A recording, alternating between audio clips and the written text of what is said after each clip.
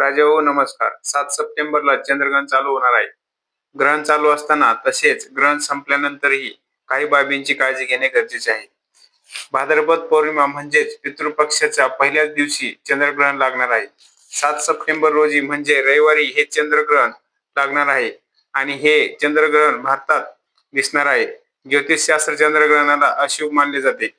त्यामुळेच मन शांती, घरातील सुख कायम राहण्यासाठी काही गोष्टी करणे गरजेचे आहे. चंद्रग्रहण चालू होण्याआधी तुळशीचे पान पाण्यात टाकून ठेवावे. जेवण पाण्याला सुरक्षितपणे झाकून ठेवावे. घरात देवाचा मंत्र जाप करावा. यामुळे ग्रहणात निर्माण होणारी नकारात्मक ऊर्जा नाहीशी होते, तसेच सकारात्मक ऊर्जा यायला सुरुवात होते.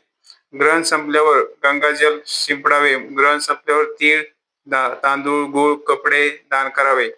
हे केल्याने ग्रहणात निर्माण झालेला दोष नाहीसा होतो. गर्भवती महिलांनी चंद्रग्रहणाच्या काळात विशेष काळजी घ्यावी.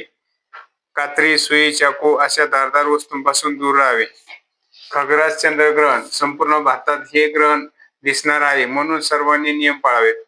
बाल, वृद्ध, आजारी, अशक्त व्यक्ती व गर्भवती स्त्रियांनी सायंकाळी 4:30 ते 5 वाजेपर्यंत जेवण करावे. नंतर करू नये. 5:15 ग्रहणाचे वेध सुरुवात होत आहे. ग्रहण स्पर्श रात्री 9:57 होतो व रात्री 1:27 ग्रहण समाप्त होते. या काळात पाणी पिणे, झोपणे, मलमूत्रोत्सर्ग, जेवण करणे, घराच्या बाहेर येऊ नये, पाहू नये ह्या सर्व गोष्टी टाळाव्यात. ग्रहण काळात कोणती कामे करावीत?